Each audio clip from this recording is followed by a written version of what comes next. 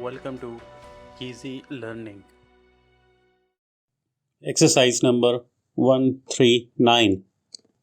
The day of the university boat race is the first outdoor spring holiday, and though the weather may be unsatisfactory, the crowd on the river and towpath is an immense and motley one.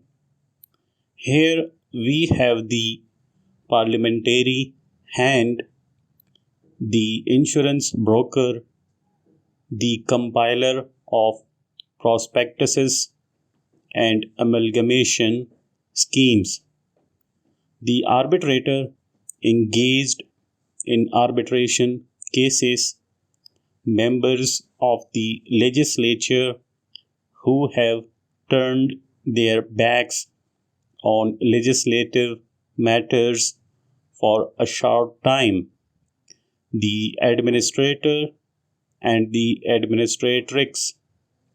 There we have ladies in the height of fashion, full of enthusiasm for the success of their favorites, the mischievous errand boys with their baskets over their shoulders, whose mischief is excusable for once. Indeed, all sorts and conditions of influential and uninfluential persons, each of whom has probably decided his or her choice in a most arbitrary manner. The newspaper reporter is there with his pencil and book, jotting down any matters of moment in the characters which delight the hearts of all Pitmanites.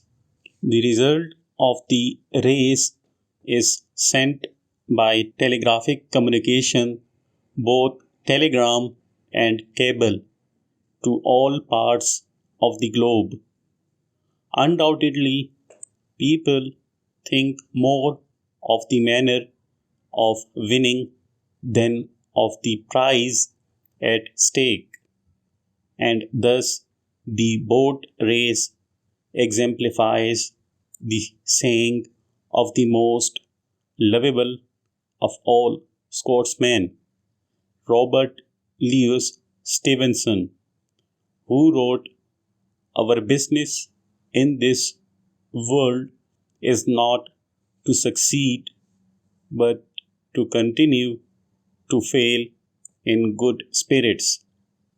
Here we have a splendid motto to remember in our everyday life and in our pastimes.